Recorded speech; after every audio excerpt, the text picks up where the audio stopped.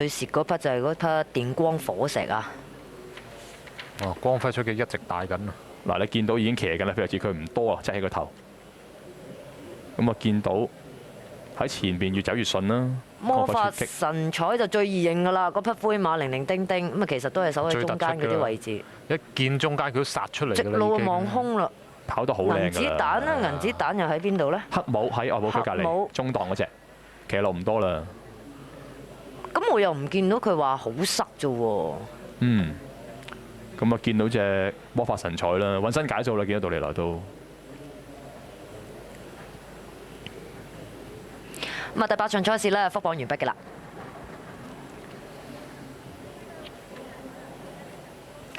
單 T 方面呢，就派413蚊 ，number 係1號、3號、12號。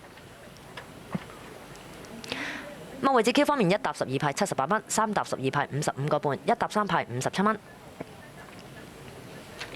4連環1號、2號、3號、12號派533蚊。第7號孖寶正獎派1164蚊，安慰獎呢就派159蚊嘅。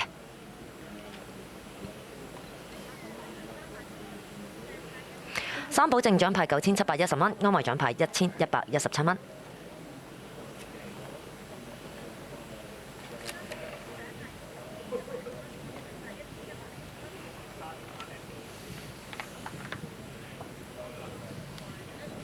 咁另外六環彩方面啦，就派126257蚊嘅。咁另外六環彩六寶獎方面呢，就冇人中喎。咁要留意翻啦，下一次賽事啦，就講緊係10月23號啊。咁屆時啦，六環彩六寶獎方面啦，係有450幾萬嘅 jackpot 嘅。咁唔經唔覺啦，8場嘅全禮夜宴都已經係順利完成㗎啦。咁要提一提大家啦，嚟緊啦就係跑星期日賽事，就係谷草嘅日賽。咁多謝大家收睇啦，賽後你點睇？記住支持11點58分。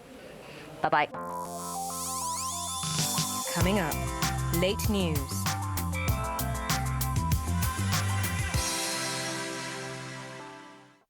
All the latest news of the Mr. Asia contest and Miss Asia pageant 2013 is on WeChat. Don't wait. Sign in to keep close with the upcoming legends.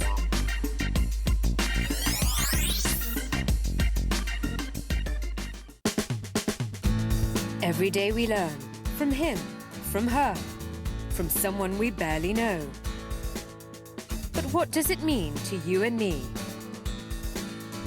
Find out the answers on Check In Current News, Global 3000, Thursday night at 8. Few people really understand its unsinkable soul. Wouldn't you like to know what is ahead in your world? Today I will show you what God says about how you can achieve real success. It's far more than a book. It's God's revelation to mankind. Tomorrow's World, Saturday morning at 9. What health is all about. They say it can be anything that improves the quality of life. Every week, the specialists will come on the show to give you tips on beauty and health. They will keep it simple, keep it real, and keep you in good shape every Sunday night at 7. Nothing's more interesting to Dr. Yeung than to talk about art and beauty. On Dr. C.K. Yeung's studio, he and his friends are going to show you a whole new perspective on art, culture, and life. Dr. C.K. Yeung Worldwide Limited Special, Dr. C.K. Yeung Studio, Sunday morning at 10:30.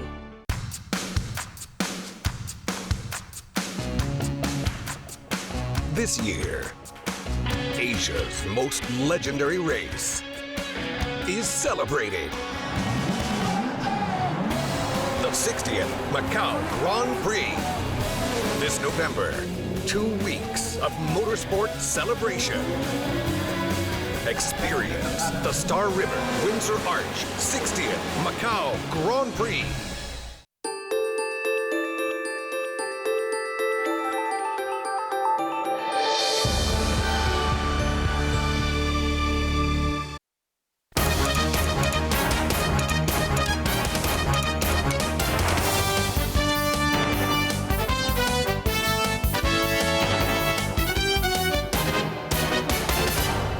Good evening. Hong Kong Television Network is sacking 320 staff after the government rejected its application for a free-to-air TV license.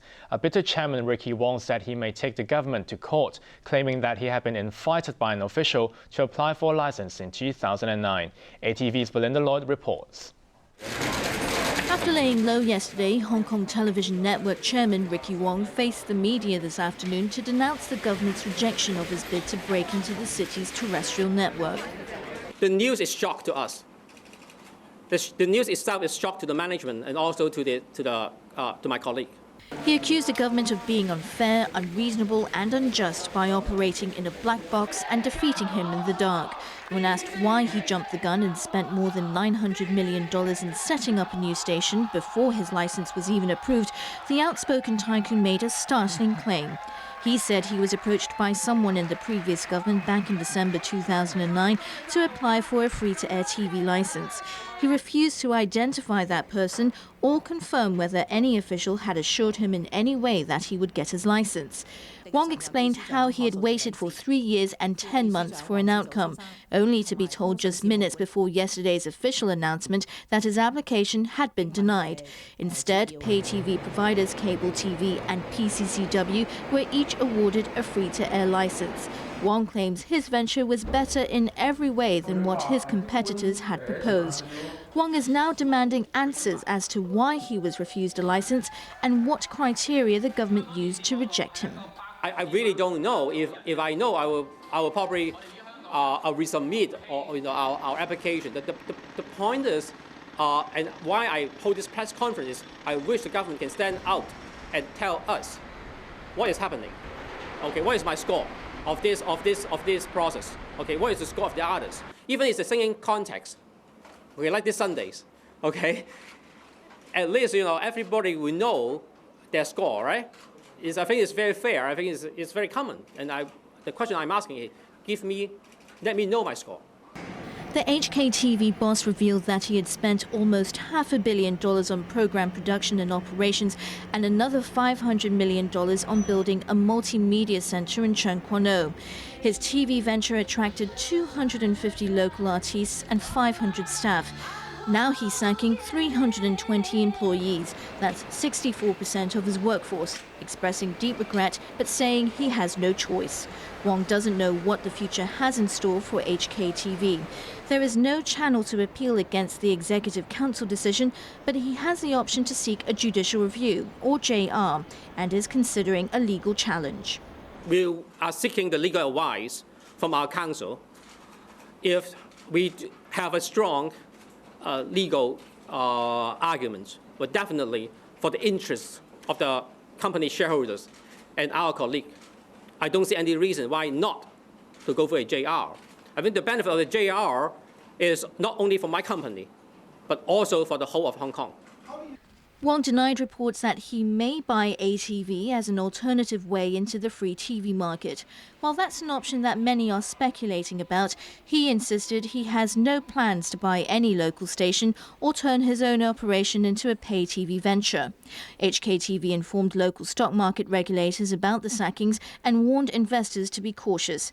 After closing 28% higher yesterday, HKTV shares dropped 33% today to $2.03. The government has flatly denied ever inviting Ricky Yeung to apply for a free-to-air license. The Commerce and Economic Development Bureau issued a statement this evening, saying there's no record of anyone asking Yeung to make a bid for the license. The Bureau stressed that the application process was open to everyone, and there was never any need to invite any particular individual. Commerce and Economic Development Secretary Greg So has expressed sadness over the loss of jobs at HKTV. He is insisting the government was justified in rejecting the station, but lawmakers are not convinced. Commerce and Economic Development Secretary Gregory So was on the airwaves this morning to defend the government's rejection of HKTV's bid for a free-to-air TV license. So said he had a heavy heart when he heard that the company was sacking more than half of its workforce, but he again insisted that Hong Kong does not have room for 5 free-to-air broadcasters. The government's decision contradicts a recommendation by the Communications Authority's predecessor in 2011 to approve all 3 applications by HKTV, cable TV and PCCW. But So insisted the Executive Council had thoroughly reviewed HKTV's application against a basket of criteria before making its decision. A lot of these assessments are based on information that's given by the applicant, some of which is confidential, and the assessment was made on that basis. So I would not be at liberty at this time to disclose these information, and so it presents some difficulty for me to go in greater detail than what I have been given so far. While So remained tight-lipped, Executive Councillor Regina Ip offered a glimpse of the factors considered by the Cabinet, such as financial standing and broadcasting experience. Ip insisted that EXCO had been comprehensive in its deliberations and hinted that more licences may be approved later. But that's not good enough for other lawmakers. The Civic Party's Kwok Ka-ki accused the minister in charge of being a hypocrite for expressing sadness over the loss of 320 jobs at HKTV when it was the government that triggered it. Others joined in the chorus of criticism. There were 3 applications. You allowed 2. You banned 1. Now this is just so unfair. Claudia Mo accused the Executive Council of using a different set of criteria from the original version that was used by the then Broadcasting Authority. Pro-establishment lawmakers voiced their concerns as well. New People's Party lawmaker Michael Tien urged the government to explain exactly why it refused HKTV's application, despite the Broadcasting Authority's recommendation.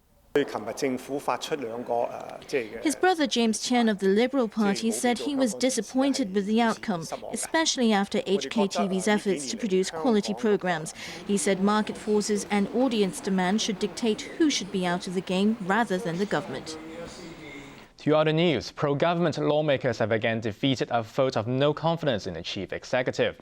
The motion was backed by all the pan-Democrats, who accused Leung Chun-ying of polarizing society. ATV's Emily Siu reports.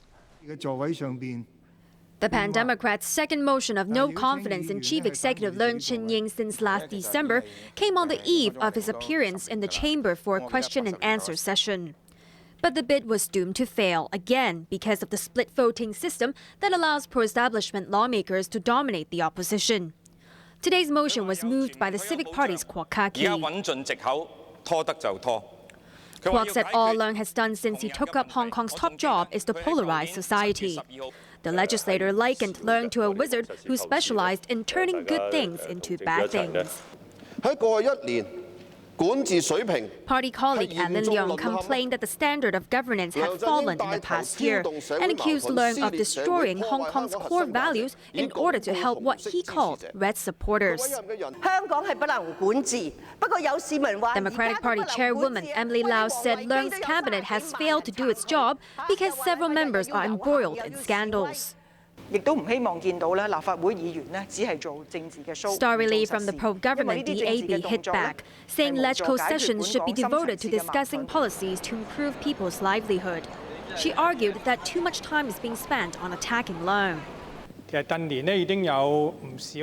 Insurance representative Chan Kin-po argued that it's not fair to blame the current administration for all of Hong Kong's problems. Chief Secretary Carrie Lam defended her boss, describing Kwok's speech as non-factual and exaggerated. Lam disagreed with Kwok's claim that society is now more divided than ever, insisting it's normal for various groups to have different opinions on government policies. She admitted that the administration has performed badly in certain matters, but promised it will do its best to tackle challenges. Radical lawmaker Leung Kwok-hung added some drama to the debate by hurling an effigy of the chief executive to the ground. At the end of the 6-hour debate, the motion was defeated. 32 lawmakers voted against it, 26 were in favor, and 6 abstained. The government is willing to consider reasonable sanctions against the Philippines if talks on the Manila hostage tragedy produce no results. Lawmakers pushing for action are complaining that the Philippine government is not taking Hong Kong's demands seriously. ATV's Arthur Aquila reports. Lawmakers today stepped up pressure on the government to force the Philippines to apologize for the Manila bus siege which claimed the lives of 8 Hong Kong residents 3 years ago.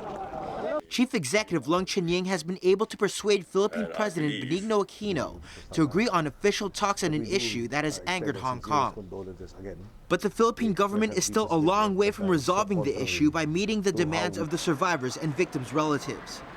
They want an official apology, compensation, a safety guarantee for Hong Kong visitors to the Philippines, and punishment for officials held responsible for the botched rescue operation. But lawmakers are frustrated over the lack of progress. It's not just the plight of the victims and their families of the Manila tragedy has been voiced so loudly and clearly. I don't need to repeat all that again and spend public time and resources on the same stories and the same things and the same requests, right? What's the point? Will the government listen? They just won't. They won't.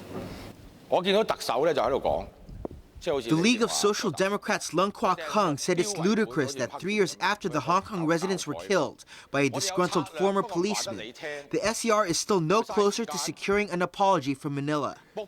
Some lawmakers are now pressing for trade sanctions to put pressure on the Philippines. People Power lawmaker Albert Chan, who has threatened to move a private member's bill banning domestic helpers from the Philippines, claimed Hong Kong is being bullied by Manila. He said sanctions could show that Hong Kong has some clout and need not wait for another 3 years for the Philippines to react. Security Chief Lai Tung-kwok said he's aware of calls for sanctions, and feasible and reasonable proposals will be considered. He stressed that the administration has a plan for the forthcoming talks, but gave no details. He promised that relatives and survivors will be informed when a substantive outcome is reached. Democrat James To, who is assisting the families, asked whether the SCR government or Beijing would issue an ultimatum if there was no progress. Lai replied that appropriate action would be taken depending on the outcome of the talks, but again he did not go into details. Some lawmakers questioned whether Manila was even taking Hong Kong seriously. Radical legislator Raymond Yeung said it's a matter of dignity, but the government has been sitting on its hands, trying to water down the anti-Philippine sentiment. He criticized Leung's meeting in Bali last week with the Philippine president, who kept the chief executive waiting and had him seated on the side like a subordinate. New People's Party chairwoman Regina Ip called the seating arrangements undesirable. She said it suggested that Manila was belittling Hong Kong and playing tricks. Arthur Ricchiola, ATV News. Authorities in eastern China have deployed hundreds of security personnel to stop violent protests by angry flood victims demanding help. Thousands of them have clashed with police in Yuyao in Zhejiang province. They attacked the local government office, throwing stones and smashing vehicles. More than 800,000 people were affected by last week's massive floods brought by a powerful typhoon, and many are complaining of a slow government response. Here's a look at some international headlines, starting with a powerful typhoon killing at least 17 people and causing transport chaos in Japan. Here's Arthur Akiola. The island of Izu-Oshima bore the brunt of the powerful storm that pounded Japan. At least 13 people were confirmed dead on the island, about 120 kilometers south of the capital, Tokyo. Typhoon Wipa triggered torrential rain, and gale force winds lashed Izu-Oshima, damaging dozens of homes and causing landslides. Rescue teams were flown in from Tokyo to help with rescue and relief work. The Japanese capital also took a battering. It's indeed scary, said this woman. The strong wind and everything, it's incredible. Transport services were badly disrupted by the worst storm to hit Japan in a decade. Bullet train services were suspended and flights to Tokyo were canceled. The typhoon passed close to the crippled Fukushima nuclear plant, where workers had to pump out rainwater from tanks holding contaminated water. A Panamanian registered ship has sunk in heavy seas off the South Korean port of Pohang. The Coast Guard was alerted when the freighter ran into a seawall after its anchor was snapped by a storm. 8 crew members were rescued, but 9 were killed and 2 went missing. All but one of the 19 people aboard were Chinese nationals. Relief operations are underway in the central Philippines, a day after a powerful earthquake rocked the region. An amateur cameraman captured the moment the tremor struck the island of Bohol. Glass shattered as a building shook when the 7.2 magnitude tremor hit the island. Guests at this resort were among tens of thousands of people who fled in panic. Fear also gripped people in the city of Cebu on a neighboring island as they dashed to safe ground. Calm returned today to the affected region where about 110 lives were lost. But there's a shortage of fuel, and many people complain that they lack food and clean water. Arthur Ricula, ATV News. Finance news. U.S. lawmakers are running out of time to prevent a debt default that could have disastrous consequences for the American and global economies. ATV's Bo Leung reports. Time is running out for the US, which is in the third week of a partial government shutdown. The government must raise its borrowing limit, now at $16.7 trillion US dollars by tomorrow, or risk defaulting on its bills. This could send the still shaky US economy reeling, and the ripples could reach every corner of the globe. Already, credit agency Fitch has warned it could downgrade the US government's AAA rating, which would lead to higher borrowing costs for Washington. The pessimism was shared by Wall Street, where shares fell overnight. President Barack Obama held another round of crisis talks, this time meeting senior Democratic lawmakers at the White House to monitor negotiations in the Senate and the House of Representatives. We're encouraged by the progress that we've seen in the Senate, but we're far from a deal at this point. The crisis has been blamed on a group of hardline Republicans in the House who are determined to force Obama to make concessions in his health reform law. But most Democrats have accused Republican House Speaker John Boehner for refusing to rein in the fringe elements of his party who are holding up a deal. Extremist Republicans in the House of Representatives are attempting to torpedo the Senate's bipartisan progress with a bill that can't pass the Senate, and won't pass the Senate. I'm very disappointed with John Boehner, who would once again try to preserve his role at the expense of the country. The White House is pinning its hopes on a last-minute compromise that will raise the debt ceiling and fund government departments until January or February. But the brinkmanship in Washington is taking its toll, with both parties faring badly in recent opinion polls. Bo Leung, ATV News. Hong Kong shares slipped from a three-week high rattled by weak mainland markets. The Hang Seng Index lost 108 points to finish at 23,228 on turnover of $54 billion. Investors are also nervous as they wait to see whether U.S. lawmakers can broker a deal to end the government shutdown. Let's take a look at markets overseas, starting in the U.S. Big gains on Wall Street at the moment. The Dow Jones is up 183 points. In Europe, the London FTSE is up 30 points, the Frankfurt DAX is up 43 points, and in Paris, the CAC is trading 13 points lower. US dollar cross rates, the euro 1.34, the pound is 1.59, and it's 98.81 Japanese yen against the greenback. The weather forecast for the next few days: cloudy with 1 or 2 rain patches tomorrow and sunny intervals during the day. Temperatures will range from 23 to 27 degrees. Sunny periods on Friday and mainly fine conditions expected on Sunday and will continue next week. Here's a look at the weather around the world.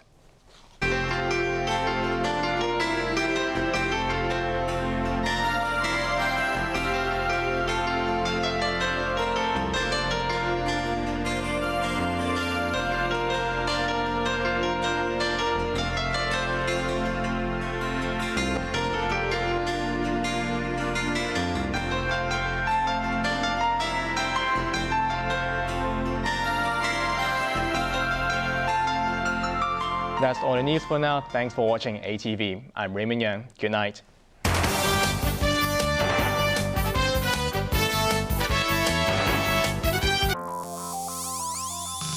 Coming up, Newsline.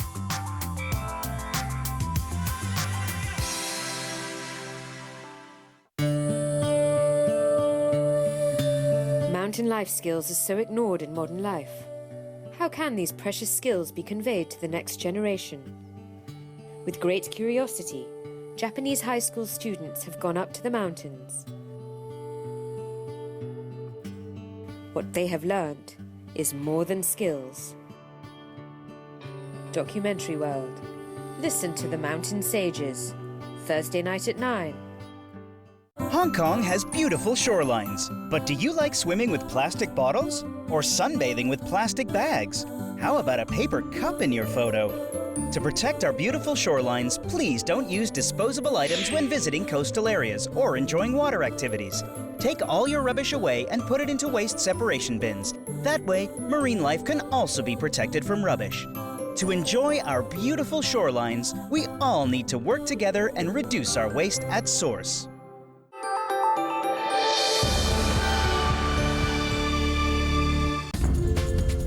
This program only reflects the personal views of the program hosts and/or the individual contributors.